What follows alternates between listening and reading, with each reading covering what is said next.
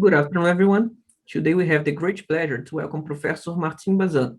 Professor Bazant first joined the MIT faculty in mathematics and then in chemical engineering, where he has served as executive officer and now as the first digital learning officer. His group specializes in mathematical modeling of transport phenomena, especially in electrochemical systems and micro and nanofluidic devices. They develop new models for complex nonlinear phenomena and employ both analytical approximations and computational methods to solve the models and make predictions to be compared with experimental data. They focus on electrochemical systems for environmental and energy applications.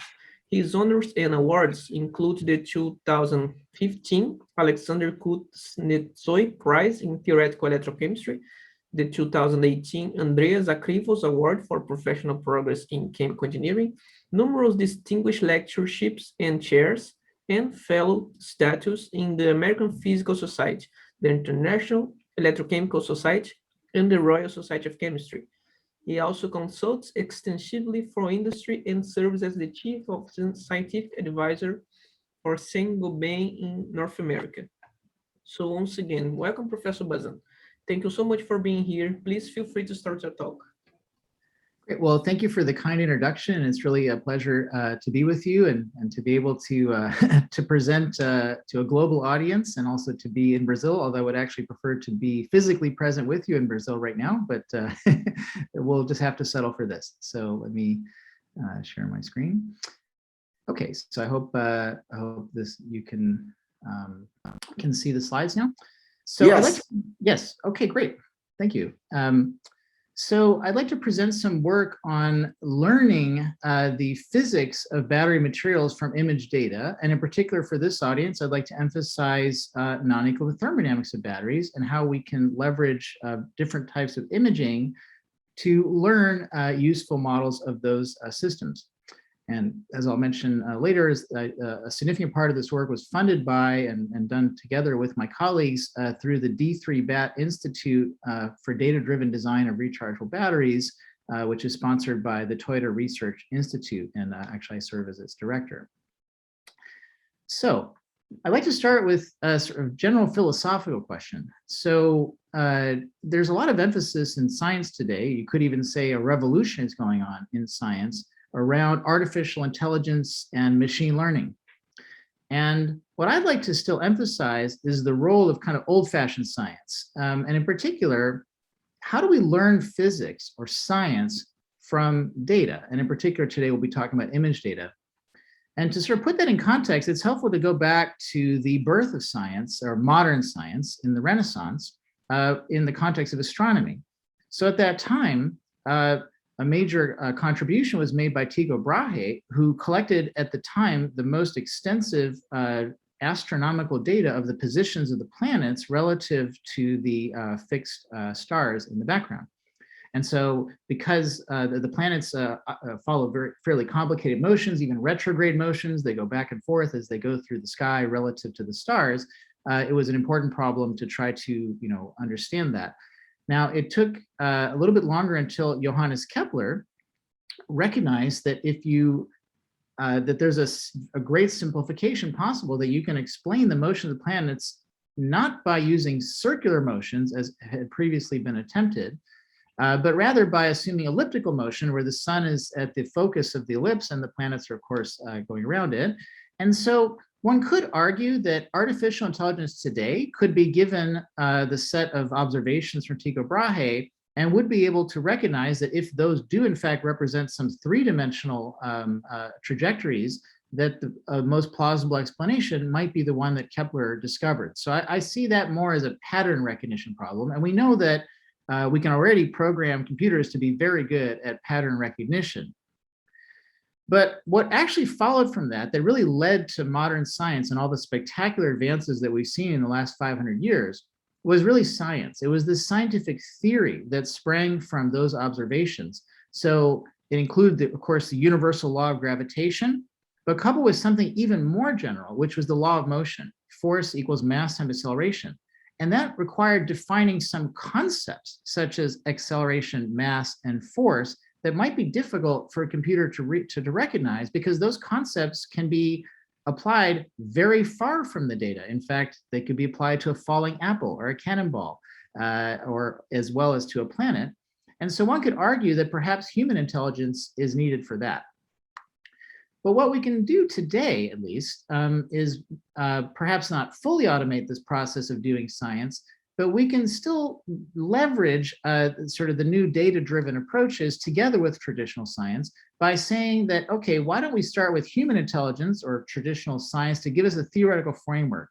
So let's say we keep Newton's force equals mass times acceleration, but we say we don't know what the force is, but we know enough that, we're talking about planets. It probably has to do with the mass of the objects and the distance, but let's just imagine we didn't know the gravitational law. Then certainly given the data and this general framework defining the concepts of mass and force, we could learn those constitutive relations directly. In fact, we wouldn't even need Kepler's contribution of the elliptical orbits. We could just start right with the raw data.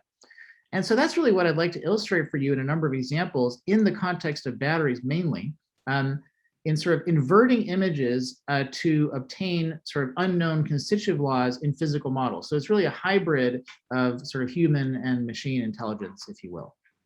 The motivation for this work came from my work on understanding phase transformations and in particular driven phase separations in lithium-ion battery materials. So I've been working on this topic for like almost 20 years. And already quite a while ago, or maybe 10 years ago, we were able to do simulations like this one here. This is a simulation of lithium entering a platelet particle of lithium iron phosphate. And I should mention that at the time that we were doing these simulations and publishing a number of papers on them, there was no direct visualization available of what the phase transformations would look like. In fact, to do this simulation, we took surface energies, elastic constants, and also the sort of regular solution model of the thermodynamics directly from first principles ab initio calculations of those material properties. In fact, the only thing we really had to fit was the gradient penalty in the phase field model, so essentially the interfacial energy. So the birth of kind of this way of thinking for me was my collaboration with William Chu at Stanford University in the Department of Material Science. So we've been thinking about connecting, he set out to do experiments to sort of study these sorts of phase transformations. And what was quite amazing, I was on sabbatical there in 2015, and he showed me images like this. This is a lithium iron phosphate particle, which is, the red is lithium and the yellow color or the green color was the sort of when the material is empty of lithium. And you can see it's coming from the sides and is actually looking a heck of a lot like this picture on the left, where we've just simply simulated a ideal wolf shape. Notice the particle is not an ideal particle. It's kind of irregular shape. This black thing is actually a hole in the particle. But nevertheless, these are surprisingly close, actually. In fact, it's sort of a triumph of phase field modeling together with ab initio calculations that you could predict these things many years before they were actually observed. But it raises a new question, though, is that the models are not perfect. And since we can make these observations, maybe we can go backwards and learn better models. And so that's really what led to this D3BAT Center. That was the vision, which has been funded by Toyota Research Institute since 2017. And we've been collaborating with William Chu's group very actively since then to try to understand this. It turns out to be a very hard problem, actually. So in fact, we're about to publish soon analysis of these images. And I'm going to show you that in a minute. But before I get to that, let me give you a little bit of the theoretical background. So maybe I could jokingly call this the human intelligence part of the talk. And then we'll come back to the data-driven, kind of more machine intelligence contribution. So for this audience interested in thermodynamics, I'd like to start really from the fundamentals.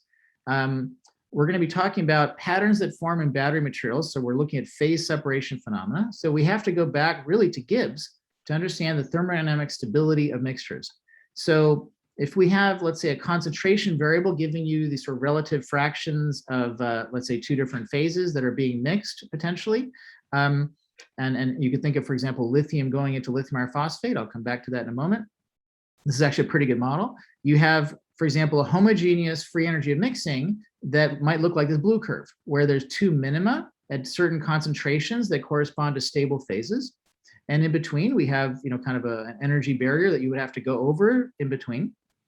Now, if you want to minimize the energy, then you could do a common tangent construction in a bulk system where you, let's say, imagine starting at 0 concentration. As you increase concentration, first the energy goes down, and then you follow this red line to the other minimum, which corresponds to a phase-separated system of the 2 stable phases where you're linearly combining them to get the average concentration that's desired, and that corresponds to following this line. We're going to be very interested here in chemical potentials, especially for batteries, because these are open systems typically. And so the chemical potential, so-called diffusion potential, is the derivative of the homogeneous free energy. So if you take the blue and red curves and take the derivatives, you get the blue and red curves down below.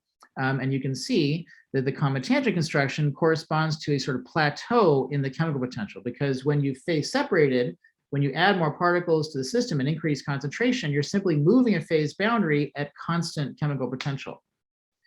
The other thing I want to emphasize here is stability. So if you go past the miscibility gap where the minimum is, and you go into this region where the free energy landscape is no longer convex, then that's actually corresponds to linear instability of the system, which was first written down by Gibbs. So that's basically his stability criterion, is that it must be, the free energy must be convex.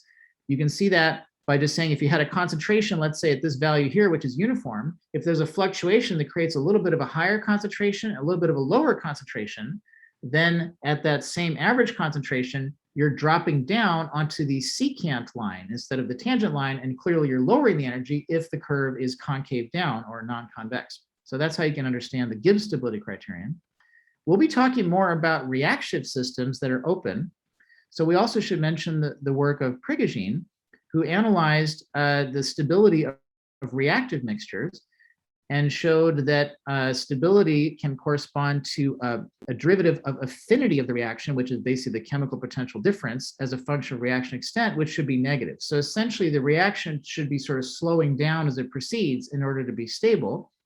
And interestingly, in a model where the affinity is proportional to chemical potential gradients, you can show that in this model here, if you're, let's say, reacting from a reservoir into a material at a concentration C, that it's actually the same as Gibbs criterion, actually, in the case of insertion, let's say, from a reservoir. But in principle, it can be more general. And actually, that's an important theme in my work here, which I just like to draw your attention to this paper, and I'll come back later to show some examples. But I've really been thinking a lot, originally for batteries, but just more generally about the stability of driven open systems, which I think might be of interest to this audience.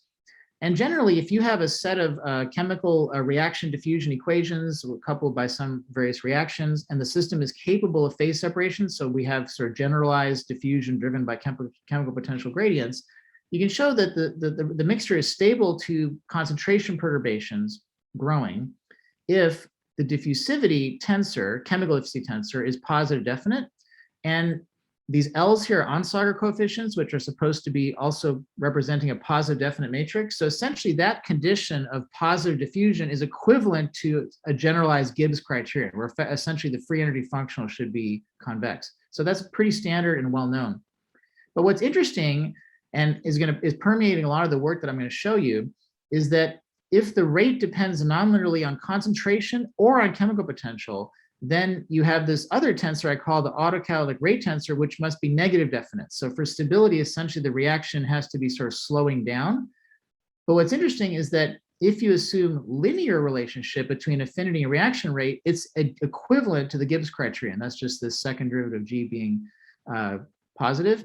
But actually it depends on the sign of the differential reaction resistance, dR d mu, which can be negative actually for electrochemical reactions, and even more importantly, on the explicit dependence of the concentration of the rate on concentration. So that's sort of this autocatalytic effect. So these general principles I think come up in many systems, and I'll be showing you how they come up in batteries, and in particular how we've learned models that verify or confirm these predictions from image data. Let me also tell you a little bit about battery thermodynamics. I already introduced sort of the chemical potential and the free energy for a system that has, let's say, 2 phases, 2 minima of free energy. Well, the voltage of a battery is pretty simply just the chemical potential or the change in free energy per charge that is transferred through the outer circuit. And so since the charge has a convention of being negative for the electrons, it's actually minus the derivative. So basically the open circuit voltage of a battery that's phase separating should have a plateau that extends across the miscibility gap of the two phases. And if you look in the upper right, that is in a measured open circuit voltage for lithium iron phosphate in sort of insertion and extraction. So there's a slight resistance in this measurement. But you can see there's a nice plateau, and it corresponds to two stable phases. And so that's kind of the starting point for our modeling there.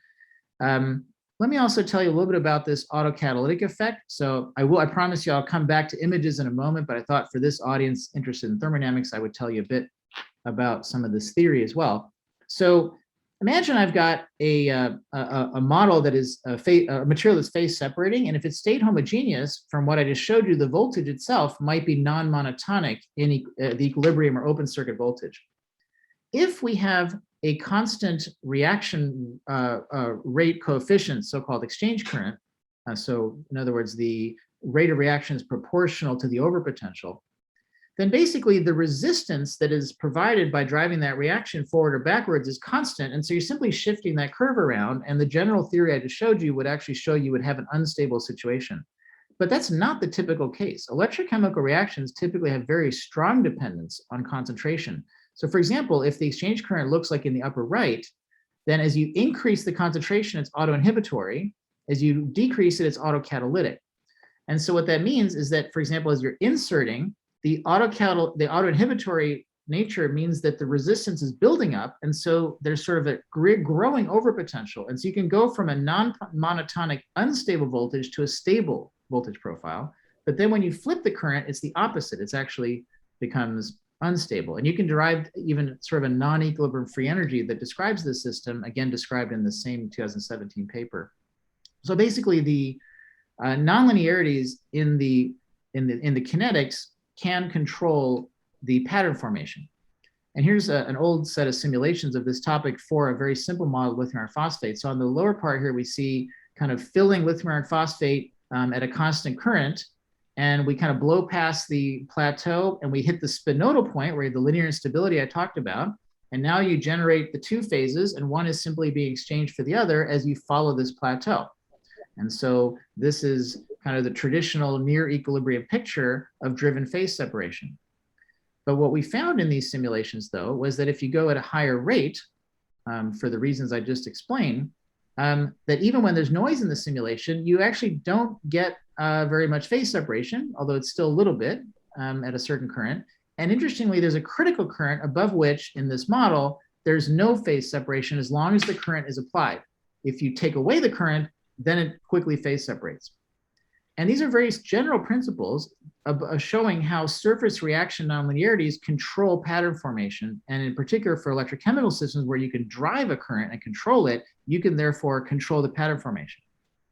In the case of lithium iron phosphate, if you take into account elastic strain effects, because the different phases have different lattice constants and they have to fit together and accommodate so-called coherency strain, you find the same principles. At low rates, you get these sort of striped patterns like I showed you before, but at higher rates, in this model anyway, you would start to suppress the phase separation.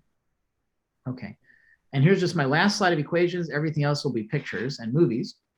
So to do the simulations I just showed you, and also simulations that are coming up, there's a general framework you can read about in this 2013 paper, which basically generalizes phase field models for electrochemistry, where we have something like Cahn-Hilliard equations, et cetera, but where rather than framing everything in terms of chemical potentials, we can also switch it to activities using this general formula here. And so that sort of variational definitions of chemical potential can be converted to activities that then end up in various formulas like the Nernst equation, Butler-Volmer equation for kinetics, or even other models like the Marcus equation or others that I will show you later. But this is just a general framework for combining non-equilibrium thermodynamics with electrochemical reactions in a consistent way. Okay, so now let me come back to the original problem now. So, these models I just showed you, we do a reasonably good job by just guessing and writing down, reasonable functions for the reaction rate or for the thermodynamics. But since we already can do fairly well in predicting the behavior of lithium iron phosphate, let's see if we can go backwards. And so it turns out to do it for the experimental data is challenging, and I will come to that. So what we did first was to publish some papers cited here, just doing this for simulated data. So what we did, for example, on the left was to take a pattern forming model like the Kohn-Hilliard equation with a certain diffusivity versus concentration dependence and a certain chemical potential versus concentration. And those are the red and blue curves in the insets here. And on the top, we do a simulation of spinel decomposition or phase separation in that model. It forms a pattern. And we take a few snapshots, let's say 5 of them. And then we ask, can we learn these unknown functions, let's say d of c and mu of c, that reproduce the data? So initially, we have the solid curves here are the model, and the dash curves are the truth. And so the model, for example, initially we guess it's not even phase separating. We get something that forms no pattern. And so obviously that's pretty bad. But after iterating a sort of a data-driven kind of learning process, we're able to basically learn those 2 unknown functions and generate simulations that accurately capture that pattern formation, even if we put noise into the data. I should mention that the way we do this is not by sort of neural networks here, but rather by solving an inverse problem. So we apply methods of so-called PDE constrained optimization to make the simulated images as close as possible to the given images. For example, by minimizing the square error but at the pixel level. And there are other ways you could define error and define those algorithms, but that's the approach. We've also applied this to other situations like Allen-Kahn equation and even also phase field crystal models, and shown that generally we can apply these methods and learn kind of the unknown functions in those models simply from a small number of snapshots of the patterns. And I should mention that this approach really combines sort of the human and machine intelligence, because if you don't know the framework of the equation, then you need many more images. So for example, there's a lot of work on learning PDEs where you put no kind of theoretical input. But if that's the case, you need to have very, very good data. You essentially have to be able to differentiate the data accurately in space and time, and then the learning can kind of find the relationships between the derivatives. If you know the theoretical framework, though, you can much more quickly and more accurately get to the answer. So just as an example of that, before I talk about batteries, we've also applied this to molecular dynamics simulations in collaboration with Bhaskar Ganapathy Subramanian at Iowa State University. So he's done molecular dynamics simulations of a Leonard-Jones mixture phase separating. And here on the left is a movie of just the MD simulation coarse grain. And we applied our method to learn a phase field continuum model, a Kohn-Hilliard equation that describes that. And as you can see here, the left is a discrete simulation, just solving molecular dynamics, and it's simply been coarse grained in order to show you this video. And on the right is a solution to a continuum model where we have basically learned the chemical potential and diffusivity models shown on the right. And those have not been inputted by any theoretical constraints. We simply learned that from the data, and in fact, from a relatively small number of snapshots of that data. So actually, this is kind of a validation of the model, which we've learned on a small number of snapshots. So I just want to convey, I guess, how powerful this approach can be in terms of kind of learning the framework. But if you didn't know about the Kohn-Hilliard equation, and you didn't know what is a chemical potential or diffusivity, you wouldn't be able to do this so easily. You wouldn't know what the structure of that equation should be. So again, I say that the science, the transferable knowledge, the human intelligence is still, I think, very important today, even in these kinds of problems. So finally, let's now get to batteries. So let's go back to my initial motivation, which is X-ray images of lithium iron phosphate. So these are images taken by STXM, which is scanning transmission X-ray microscopy of platelet particles done by William Chu's group at Stanford. So what you see here is a movie of the data that we actually have. So what they have to do is one particle at a time, they have to scan the particle with a resolution of about 5 nanometers, and it is averaging in the depth. So it's neglecting any phase separation in the depth. But these are platelet type particles where we think that could be a valid approximation. And there's a bunch of those particles sitting essentially on an electrode in a microfluidic cell, and they're being interrogated by the X-ray. So we have data that is only taken at certain different moments in time. and we have it for lithiation, and we also have it for delithiation of the same particles. And in some cases, we have cycling of those particles, filling, emptying. And these are different currents also. So in battery language, the C rate is, so C over N means discharge or charge of the battery capacity in N hours. So 2C means charging or discharging in 30 minutes. And 0.2C is 5 hours. Anyway, so this is the data that we have. And so what my student Hongbo Zhao was able to do with this data, if we take one example here, is to get actually remarkably good, almost to the naked eye, indistinguishable agreement between experiment and simulation. But let me show you how we did this. So this is for one particular particle. This is the same particle I showed you in the beginning. The experimental movie is not continuous. It's only 7 images, but they've been interpolated. The colors have been interpolated to make a continuous movie. And the simulation was learned only from, from the 7 snapshots. The model is of the type I showed you before, where in this case, which I think is special for our phosphate, we neglect diffusion altogether, and we just write down, in this case, basically a Butler-Volmer equation, which is the hyperbolic sign, where the chemical potential of the inserted lithium versus concentration appears in the overpotential. There's a prefactor which depends on concentration, and a prefactor which depends on position. That's an important part. So what did we learn from this one particle? We've learned the free energy landscape. So in this particular case, rather than have a regular solution model, it seems to be a better fit to have a little bit lower barrier.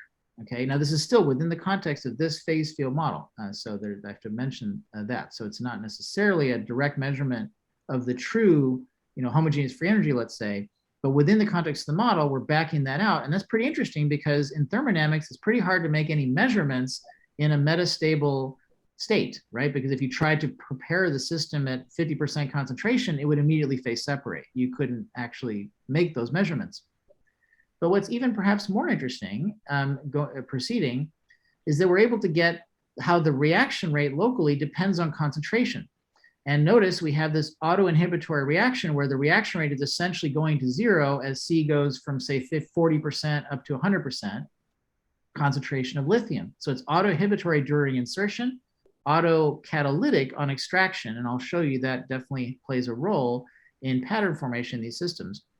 And then finally, to get such good agreement as you see here, we do also introduce some basis functions to represent surface heterogeneity. And you might say, and we worried a lot about overfitting. You might say this is just overfitting.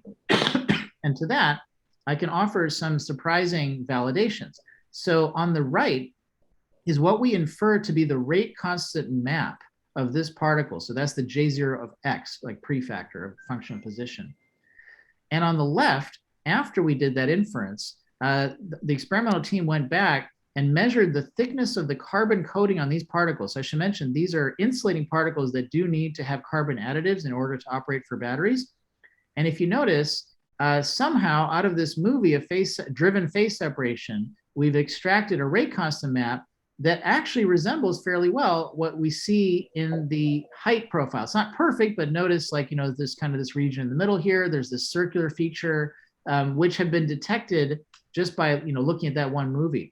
So that's, I think, pretty interesting. And we have actually worked quite a bit on understanding whether we're overfitting or not. Another thing to mention too is that, for example, this particle, we have data cycling it multiple times. We don't keep refitting the surface heterogeneity. It has to be kept constant. And also the thermodynamics is also kept constant, and also the reaction rate function. So it really is describing a lot of data. Now, Hongbo's been working for a long time now on all the data we have, which is we have about 65 or so particles, and we have all the full images and movies of basically insertion of those particles. They're sampled at different rates. They're running at different currents. So what you see here on the left is the experimental data. On the right is the simulation from the learned model. And then the little thing spinning around is a clock, just to show that the particles are being filled at different rates. And so certainly to the naked eye, you can achieve a pretty good fit here. We do allow for each particle to have different spatial dependence of rate, but they all have the same thermodynamics and the same reaction kinetics. So the dependence on concentration, for example, of the rate is the same for everybody, every pixel, actually. So it seems the model is working reasonably well. This is during insertion. This is during extraction of lithium. One thing you can see already from the naked eye is that there's more pattern formation and more heterogeneity on extraction than on insertion. And we can directly connect that to the fact that the reaction is auto-inhibitory during insertion and autocatalytic during extraction. And so here you see that you can see some of those particles here, in the case of insertion versus extraction, and you can see a bit of that, difference in heterogeneity that I mentioned. One thing we did in the original paper where some of these experimental results were published before we did this, worked on these inverse problems, is simply experimentally to measure the uniformity of the concentration profile in each particle with time. And one thing that we've done here now is to say, well, what if we don't even have the full images? What if we only know the uniformity coefficient and we assume that model is valid? And now we don't actually fit the spatial dependence of the rate that I talked about, but you just worry about the concentration dependence of the rate and the thermodynamics for insertion and extraction. So we're able to do that. And we get actually quite consistent results. So from the direct image data, there's the blue curve, and we think that's probably our best estimate. But if you look at just the uniformity coefficient, where we're not even taking into account the details of how phase separation is happening in the specific particles, we get a pretty similar function for the reaction rate. And on top of that, these functions are both similar to and consistent with actually some theory that we've been working on in my group for quite a while now on coupled ion electron transfer to describe this, intercalation reactions. I just have one slide on that just to show that this is a theory which assumes that when lithium is inserted into this battery material, it is not a simple classical process of a charged particle going over a barrier and sitting down, inside the surface like adsorption, but there's actually a quantum mechanical electron transfer step.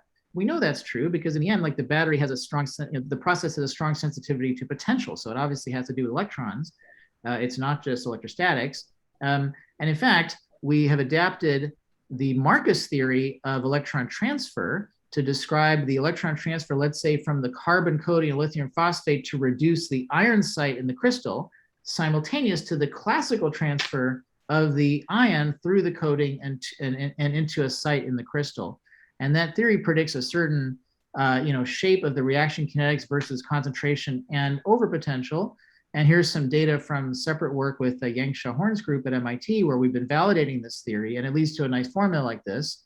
I just wanted to show you that these image inversion methods are leading to a somewhat similar formula without any knowledge ahead of time of the physics that's possibly underlying this process.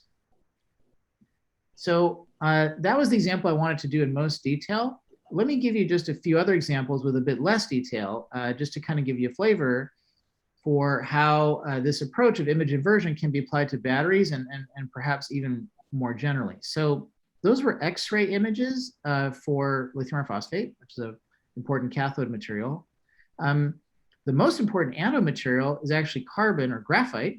All your cell phones and even electric vehicles and many other applications use graphite, at least as a base material for the anode. Now, and insert lithium into it. So let me tell you a little bit about graphite. So it's a really interesting material to work on because it is it has a very rich phase separation structure, which are called phase separation into different stages of graphite. So in particular, graphite's a layered material, and the maximum filling of lithium is LiC6, essentially one lithium for every hexagon in the graphene plane.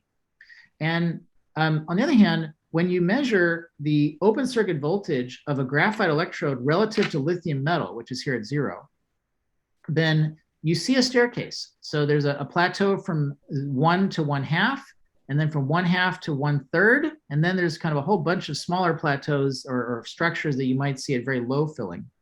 And what's already quite well known, actually, in fact, even before the battery field took off, since the 1980s, is that these plateaus are signifying stable phases. The graphite likes to sit at a concentration LiC6 or 1/2 of that or 1/3, et cetera, and that at least the 1, 1/2, and 1/3 correspond to filling every layer, every other layer, every third layer.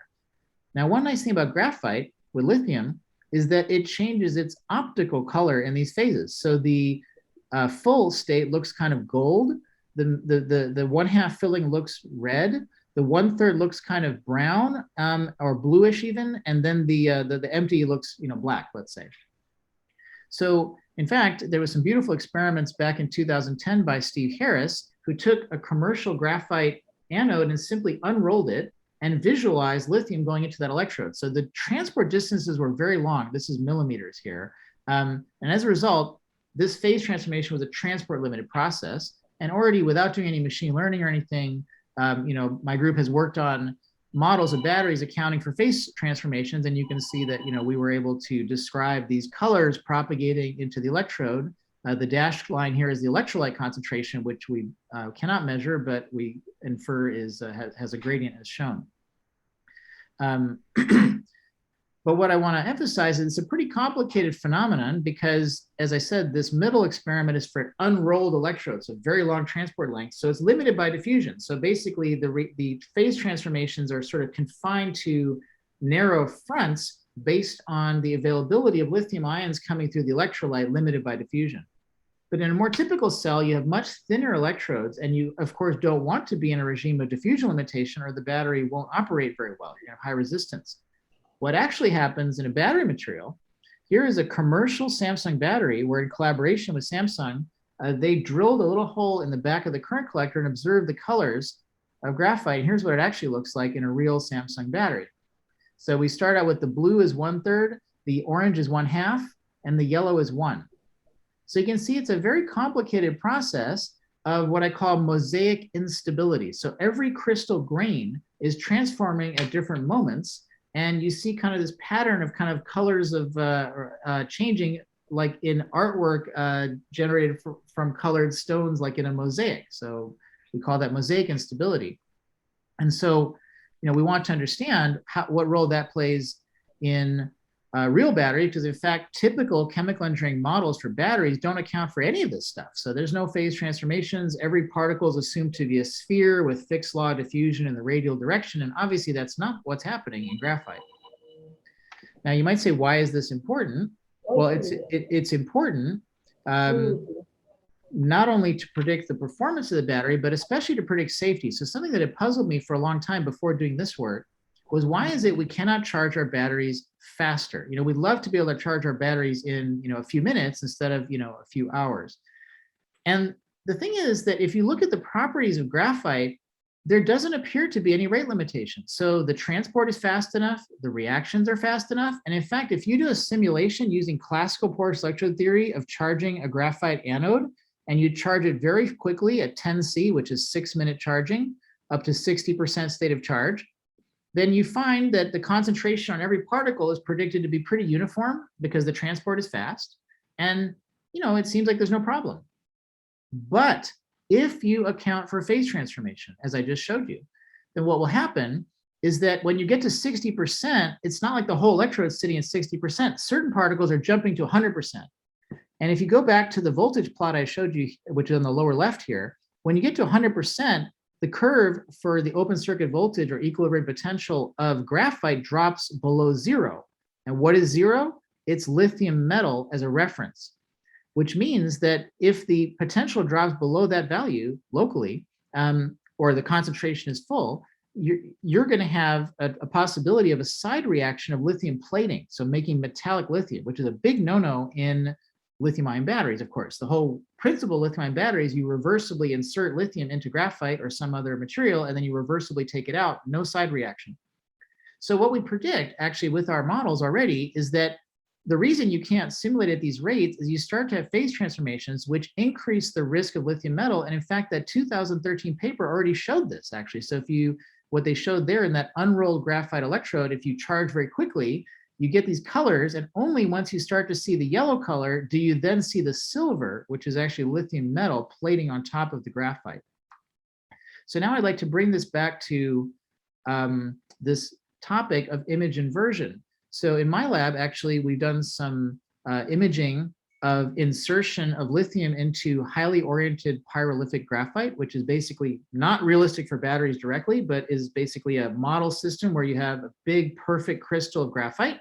And you can see the lithium only goes in through the edge planes.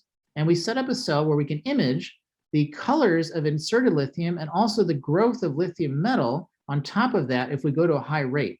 So for example, we can see things like this, where you have here the yellow full phase propagating in. You don't see the other colors so well because this is much more macroscopic, so the system quickly gets full. And you can see only where it gets full, and in the region where it's kind of been the highest electric field too, we start to get lithium metal growing, and that's kind of zooming in here.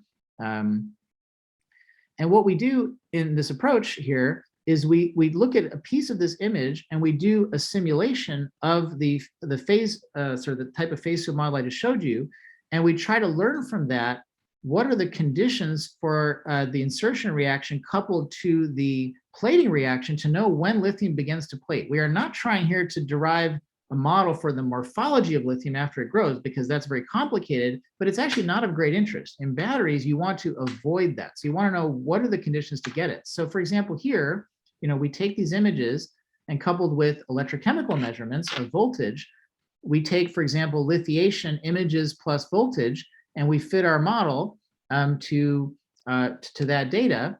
And then we're able to make some predictions of what happens when we're at rest or in delithiation.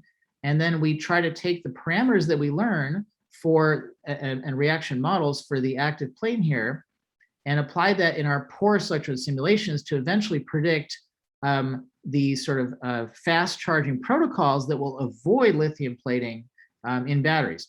And I think this is actually very important for lifetime and fast charging, because again, it's not that you're going to form lots of lithium, and people talk about dendrites of lithium spanning cells. When that happens, it's usually due to an engineering defect in the separator or due to being very far from equilibrium. So it's not a typical situation.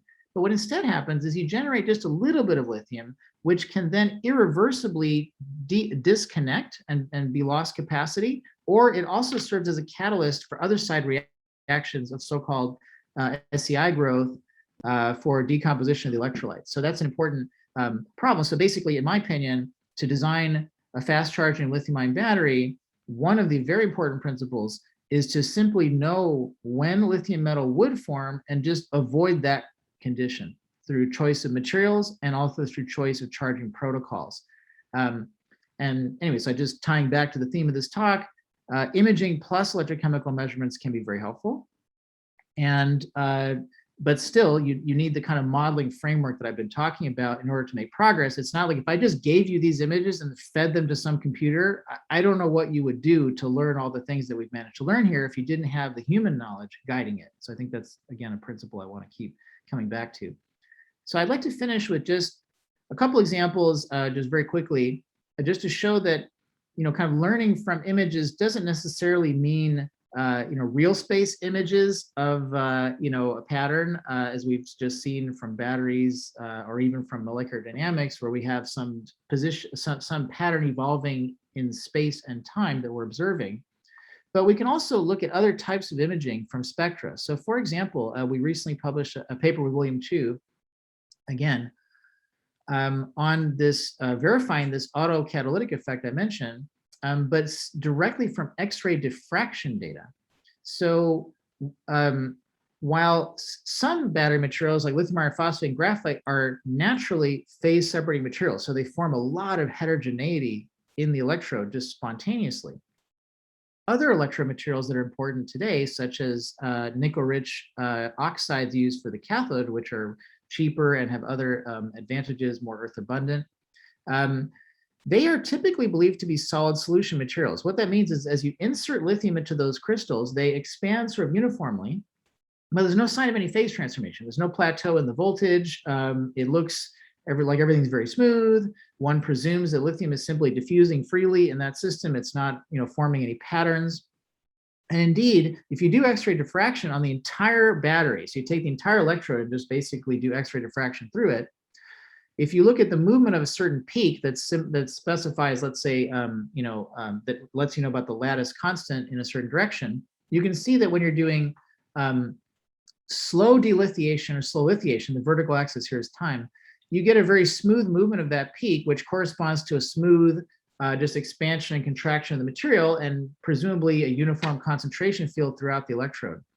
But something that was observed by a number of researchers a few years ago was that this material, when you do fast lithiation, insertion of lithium, it seems to also behave just like the slow lithiation, nice uniform concentration, single peak. But during fast delithiation, we have the formation will look like two peaks. So it looks at a certain time, there's sort of a two-phase coexistence. And so it was speculated there may be some region of the phase diagram that's being explored where there might be multiple phases. What we showed convincingly, I believe, in this paper is really this effect of autocatalytic control of pattern formation. While I showed you earlier examples how that effect can suppress phase separation in a material that wants to phase separate, it can also do the opposite. You can have a material which is not phase separating, solid solution, but the nonlinearities in the reaction rate can lead to patterns forming into Mosaic instability. In particular, if you look at the simulation on the left here, if we are inserting into this, this is extraction, sorry. So if we start with very full particles, which are red, and we go down to green, which is less full, notice we have a lot of heterogeneity in the system. And if you look at the simulated XRD, we can even show two peaks. And the voltage also has a big overshoot due to the high resistance initially, which then is relaxed. And what's happening there is that there's such a low rate constant when the system is full that as you start to empty it, if any particle gets ahead to be less full, the reaction speeds up and accelerates that heterogeneity until it reaches kind of the maximum reaction rate. And that's sort of what the fictitious phase is. But then when you come back the other way, as shown in the second part of this movie, there's a big resistance and it's much more uniform because the reaction is autoinhibitory. As you're filling the particles, they fill very uniformly. In fact, the reaction actually makes it more uniform. And we validated, and so basically what we found here now is we wrote down kind of a Fokker-Planck model for the population dynamics of concentration of particles in the system, so no spatial information at all. And we assumed it was reaction controlled. And from the X-ray diffraction data, so which gives us sort of a population of diffraction peaks or concentrations, we were able to learn how the reaction rate exchange current depends on concentration directly. And that's the blue curve here. And other independent measurements that we made and also from literature are consistent with the general trend that at high lithium fraction, the rate is orders of magnitude lower than at moderate lithium fraction, and that's really responsible for this effect.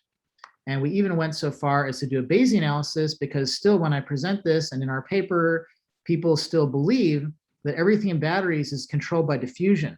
So this idea that reactions, nonlinearities are controlling the process is really not accepted still in this field. And we showed by doing diffusion limited models and also reaction limited models that really only the reaction limited models can provide the best fit of the data.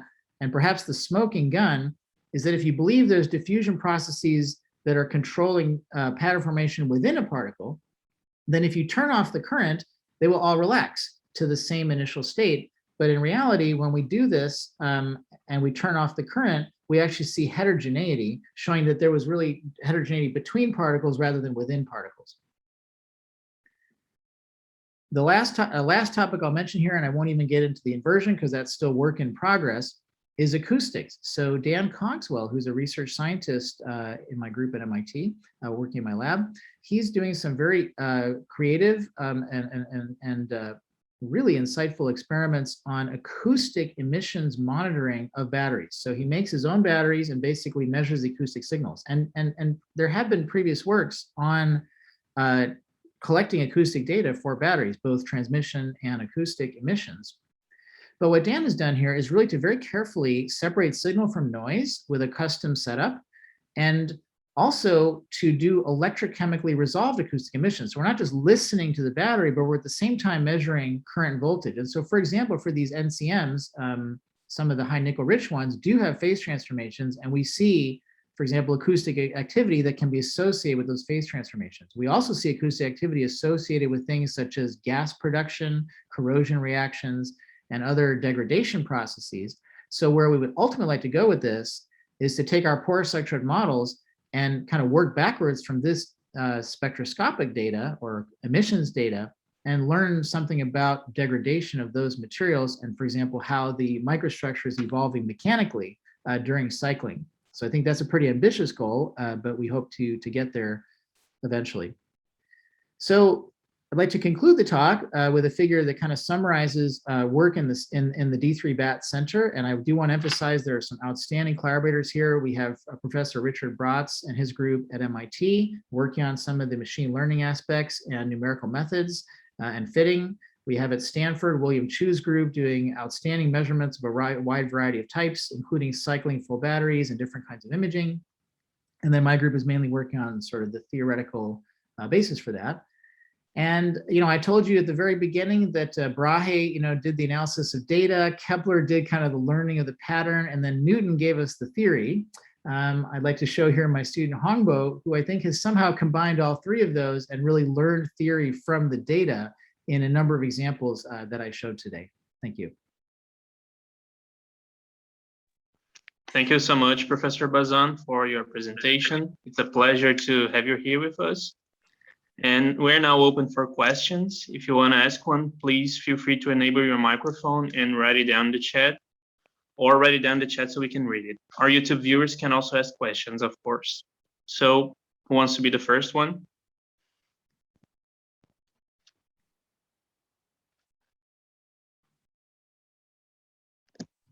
I can be the first one.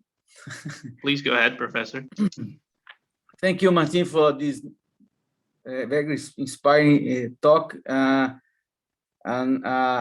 wonder, well, I have a very basic question maybe, but I wonder the effect of consider isothermal behavior for several batteries or this phenomena.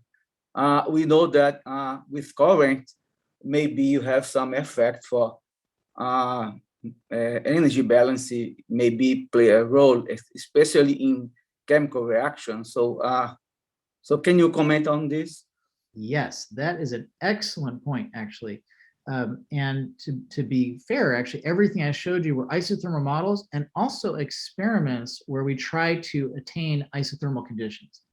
So that's actually very important, especially if you're looking at degradation processes and reactions. They often have very strong temperature dependence.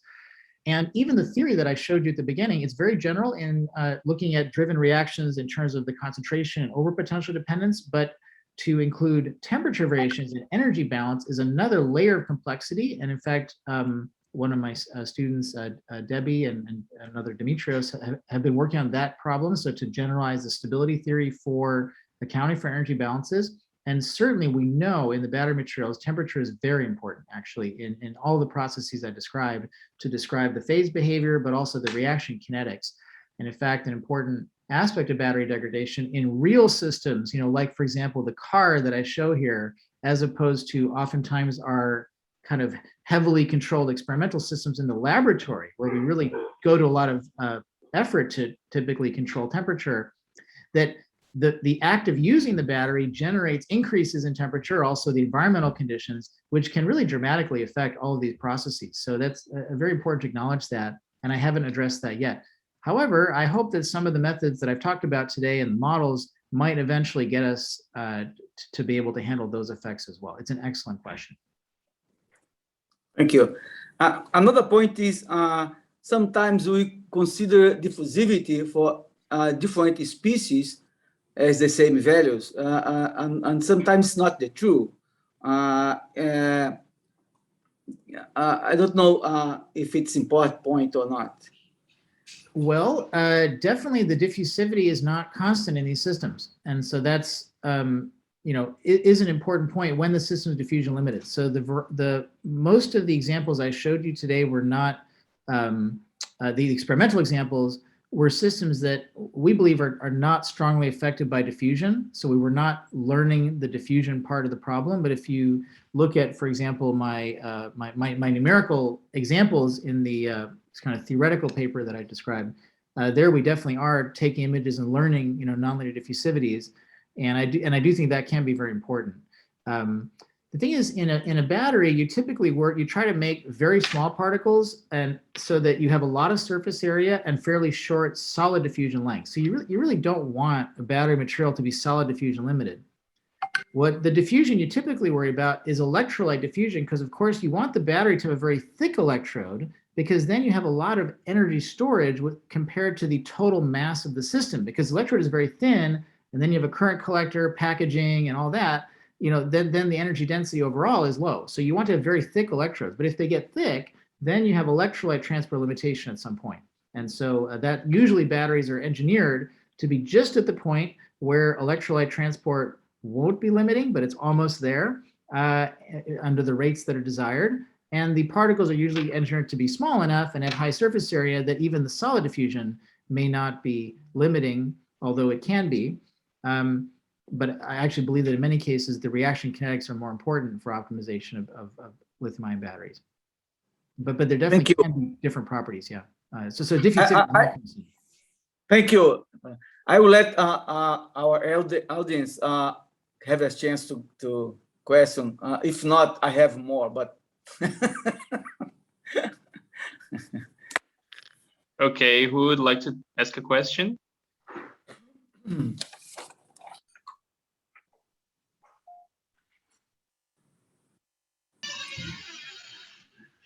I do have a question.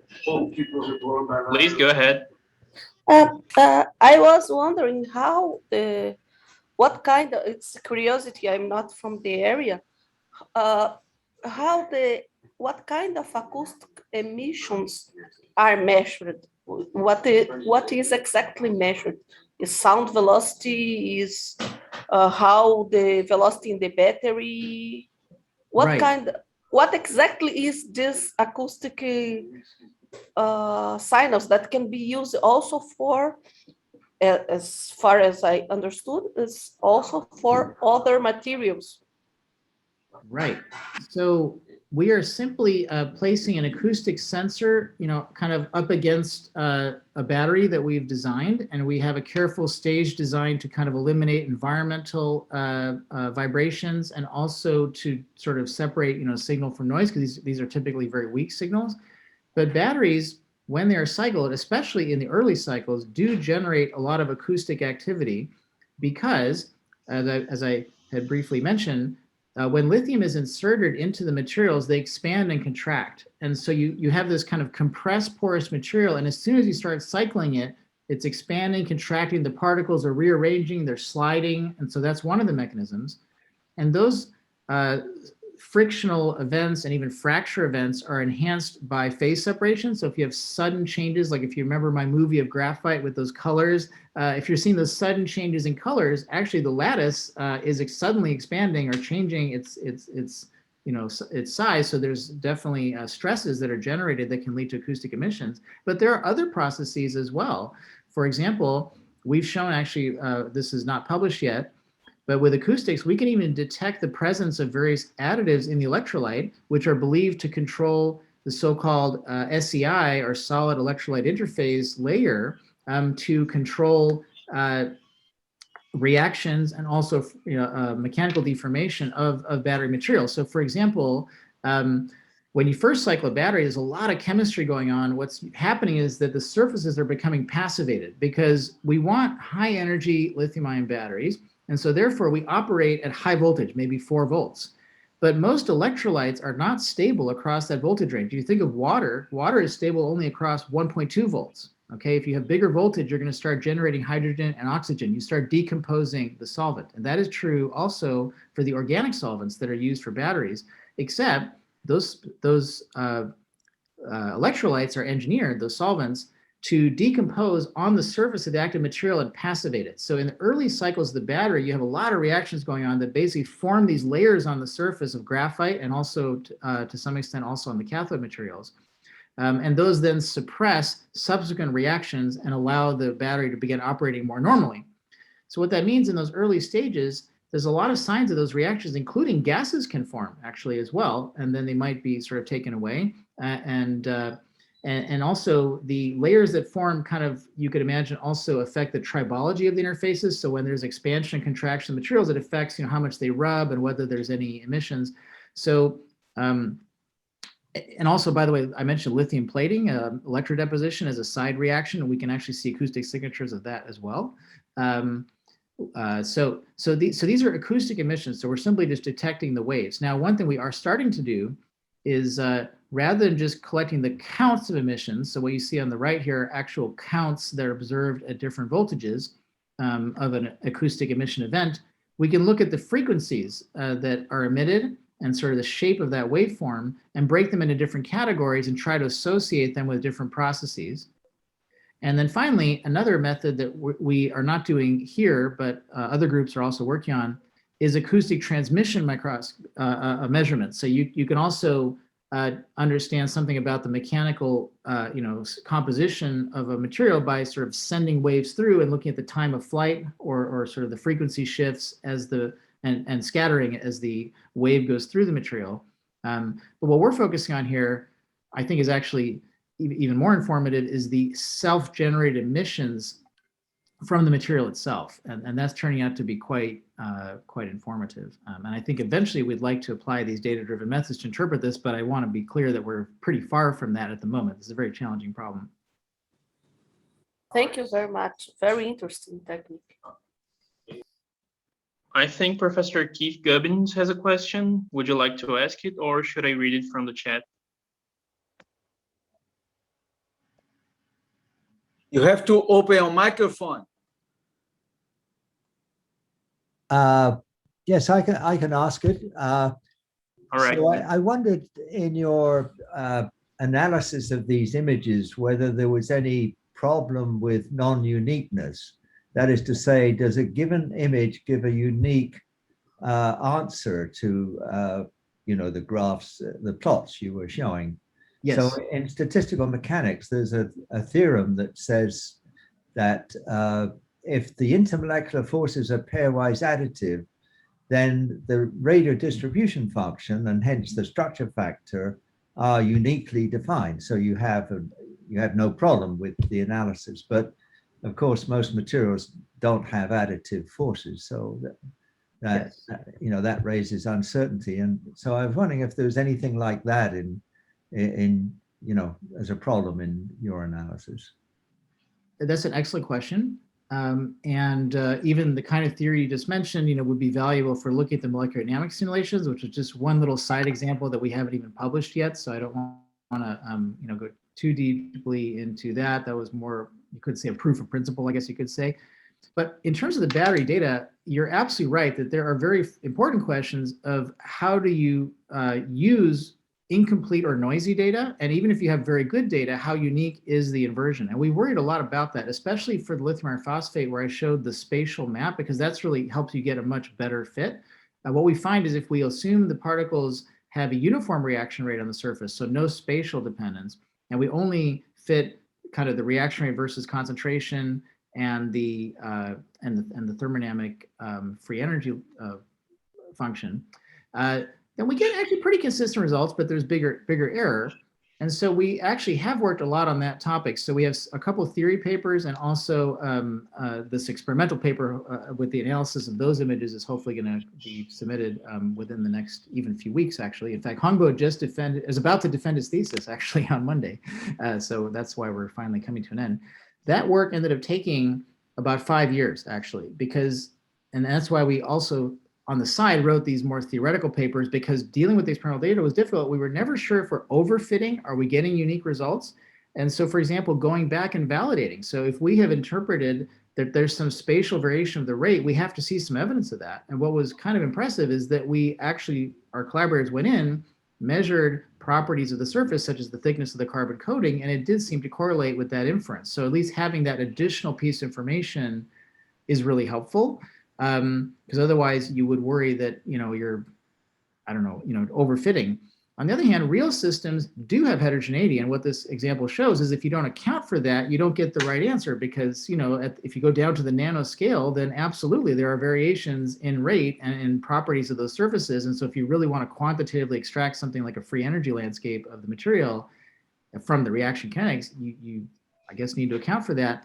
So we've done some things in our theoretical papers and also applied here to estimate the error. So you can do essentially like kind of dynamic sensitivity analyses where essentially if you're solving this model forward and there were errors in the parameters, you could see sort of how different would the outcomes be. And so there are some, statistical ways of estimating the error. And we use, for example, Markov chain Monte Carlo simulations to do that. So it's not all shown here, but in the end, when we publish, a result, let's say for lithium iron phosphate reaction kinetics, like we do put error bars on that, and it comes from, doing that kind of analysis based on the limited data that we have, plus, potentially non-uniqueness in the models too. So, and I should mention also that we know from our just numerical studies where we try to learn known models, like again, make a simulation of a model and then try to learn, from some of the images, that it's kind of an art in the sense that, unlike say convergence of numerical schemes where we know exactly how to, quantify the convergence as a function of mesh spacing, the accuracy of these inversions is very sensitive to the data that you give it. So if, for example, it's a phase separation process and you show me only 2 or 3 images, but they're really good ones, like one at the very beginning of phase separation, one in the middle, and one kind of at the end, then I can, pretty well actually learn what those parameters are just from the spatial dependence and knowing the times of those snapshots. If you give me, a couple pictures only in the very early stage of phase separation, nothing late stage, and not a lot of pattern formation has happened, I haven't explored a lot of different concentrations, then I have a huge error. I can't, in fact, there's parts of the phase diagram that haven't been explored, and I can't get information about that. So basically, you can get away with small numbers of images if they're good images, basically, if they kind of constrain the model enough to get the right part of the model to be determined. Otherwise, you do have issues with, undetermined answers because a non-uniqueness of the fit as well. And you have to be very careful about overfitting. So we've worried a lot about that actually. Well, thank you. Anyone else would like to ask a question? Can I ask for your comments and a tip? Please go ahead, Professor. Raja, can you open your camera, please? It's open. I don't know. Oh, I don't know. See you. I'm not seeing. Anyway, I think it's open, but maybe it's covered. I cannot see you. That's okay. Okay, go ahead. Thank you, Professor Martin, for your beautiful illustrations and images. One tip, can you give us how you make these beautiful slides? Maybe you can give us a tip. We are not in the area.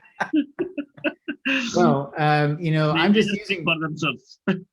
Well, I'm just using PowerPoint here, but I really have to thank my students, especially Hongbo, who generate the movies and the images that I'm showing. So like, I'm really just showing, their work. And honestly, if I had to do that, I don't think I could actually. So to be totally fair. Yes. So, the question is along the lines of what Professor Gubbins was asking. He was talking about non-uniqueness of interpretation of images. Naturally, the images have their own bifurcation and stability and evolution automatically included. But in your models, can you identify which bifurcation is more stable or less stable, or there are multiple paths available for this? Can you select this from these images? Well, I think there's a lot of research that could be done to set up model systems where there are multiple pathways of phase transformation, for example, and then really exploring that question. We have worked on relatively simple systems, to be fair. So the only one that we've really looked at, well, the ones we looked at very carefully are the lithium iron phosphate, which is a canonical 2-phase system. So at the temperatures we're looking at, it really very strongly separates into basically a full and an empty state, nothing else. And so, in that sense, it's a good model system to look at. Also, in those platelet particles, we believe there's not much phase separation in the depth. And so it's a nice kind of 2D system you can interrogate with the X-rays and get really good images. And so there, you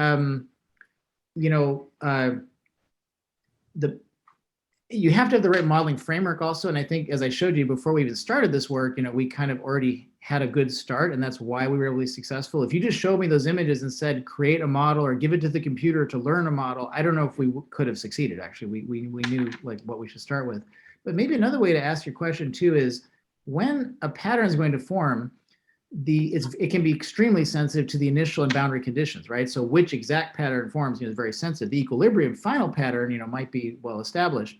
And so there are a number of important details here that I didn't get to mention.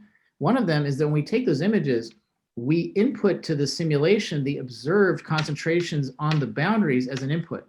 So that's partly because the data right up to the boundary is already kind of corrupted because the beam of the X-ray is kind of diffracting and bending around the edge. The edges are rough. And so the depth average model is kind of breaking down. So it's not even very good data at the edges, but it is important.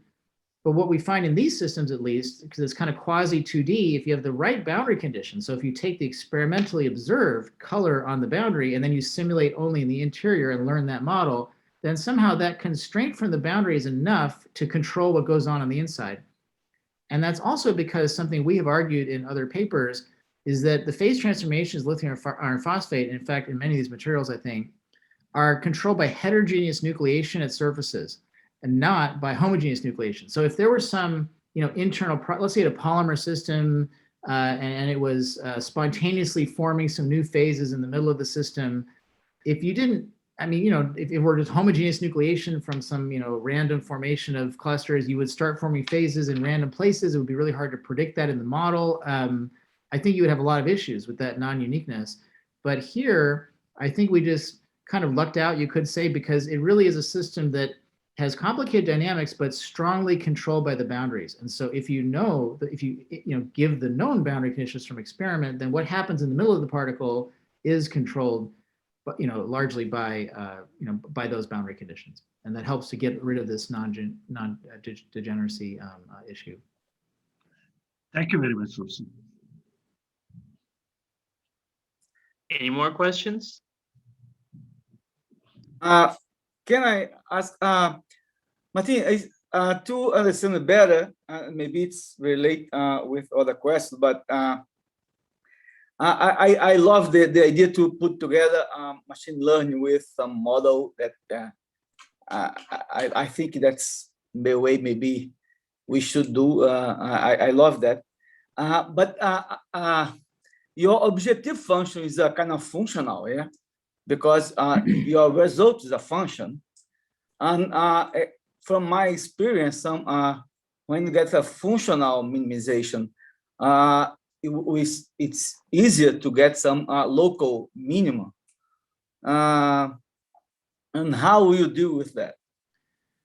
Right. So there are actually, again, many tricks, to kind of that reflect, again, it's sort of this human knowledge. That's kind of the theme I'd like to convey here, is that in an age where, I feel like the trend in science is that we don't want the humans to mess up what the computers are doing, that basically we just want to do machine learning, is I really object to that, because I think it's the human guidance, actually, the transferable scientific knowledge that really allows us to make the full use of data. And in particular, for example, to learn those functions, we did use certain basis functions. So we're learning coefficients in an appropriate basis function expansion. So for example, to learn the spatial heterogeneity I talked about, we looked at sort of eigenfunctions in that geometry with the right boundary conditions, so that we had functions that kind of properly represented what's happening inside that irregular shaped particle. Similarly, for something like the chemical potential. The chemical potential from statistical mechanics should become infinite at the extreme values of concentration. So in a regular solution model, it would be something like a logarithmic singularity of like a log of C, log of 1 minus C at the boundaries. So for example, we can get rid of that by fitting to the logarithm of concentration as a variable, or we can also, what we did here is we included the logarithmic singularities we expect at the boundaries, and then we just had polynomial representations of the departures from that. So think of like the regular solution model. It basically has, this, kind of a logarithmic singularity at the edges. And then the regular solution parameter is, for example, like a parabolic contribution to free energy or a linear contribution to chemical potential. So it's those polynomial corrections effectively that we're calculating. So again, we're bringing in some knowledge of the physics. And by the way, that's important because those logarithmic things at the end, they don't end up in the data very much, right? Because if a system has a barrier where the potential is getting infinite, it never goes there, right? So you can imagine the concentration field is moving around the middle. It never goes to the edges. So if you don't properly describe, with some theory, how to describe those boundaries of concentration, then the data may not be good enough to teach you that, And so I've definitely, not told you today a lot of tricks that we've had to implement that reflect our own knowledge of these systems, from the theory and also in terms of the numerical methods to achieve good results. So these are not problems that you could just let it loose on a computer.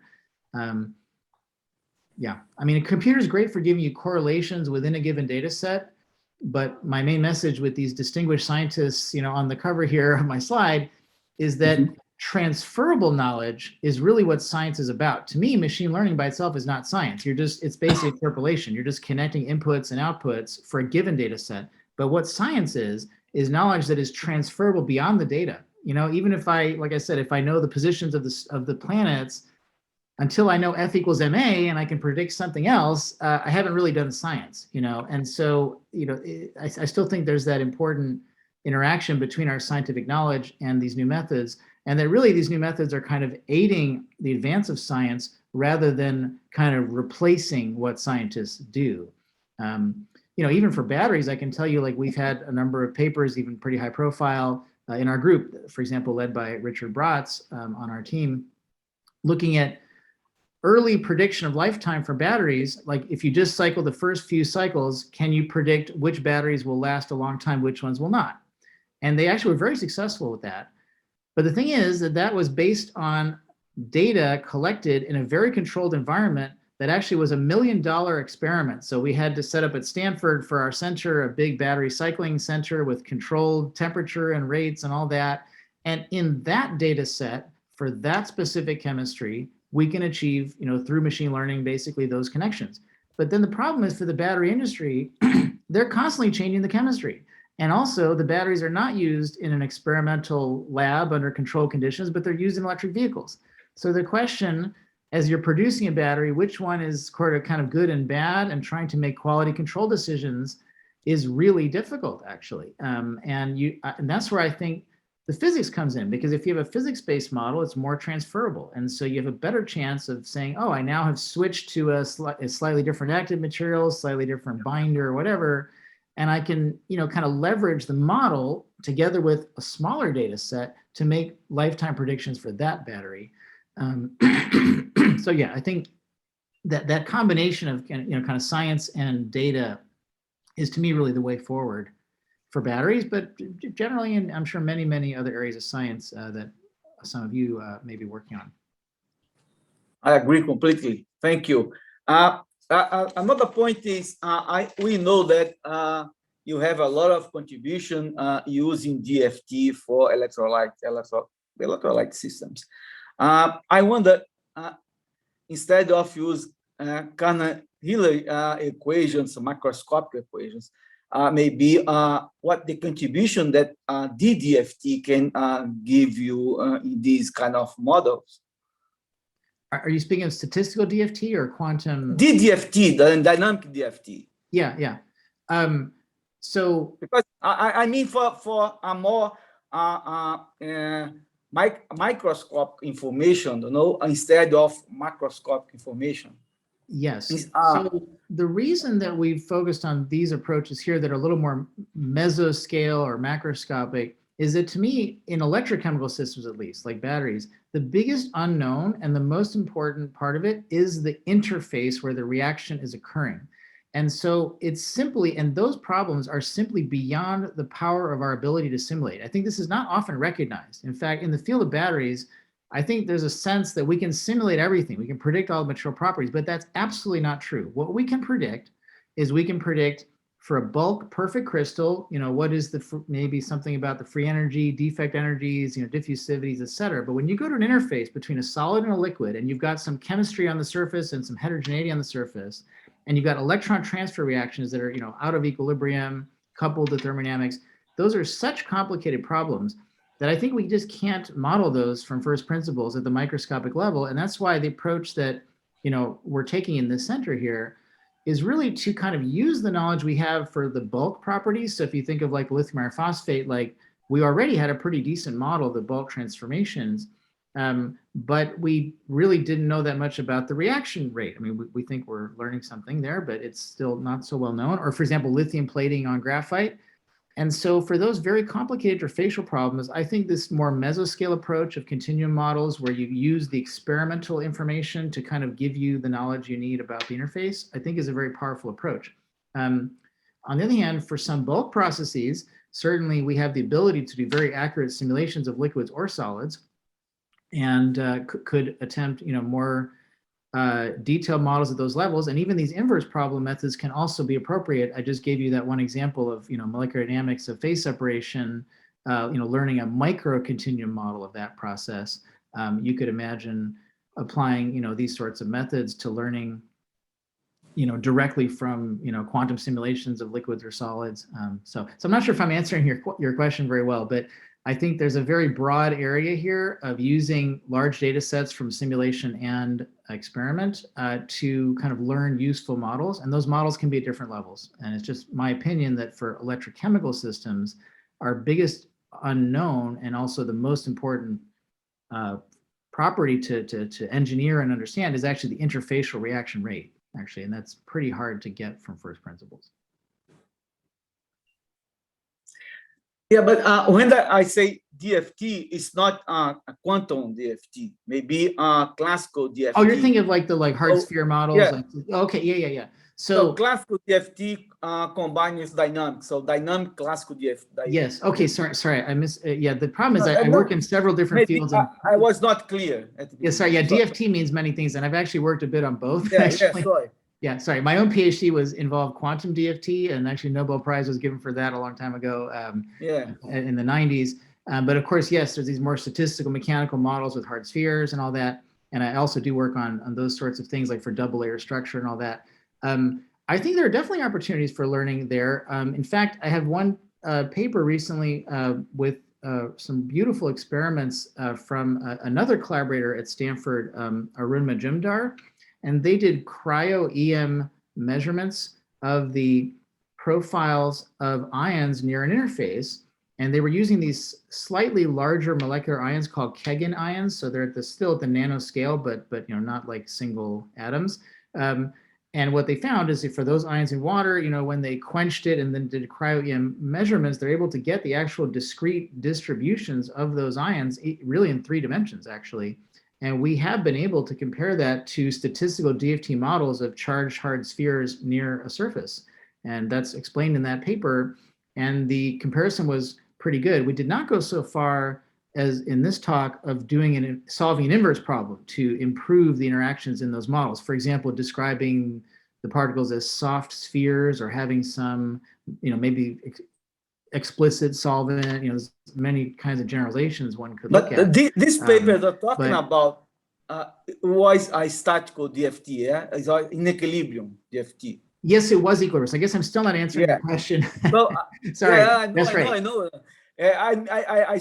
I saw your paper, but I wonder it's the contribution of use DDFT, like yes, dynamical. Yeah.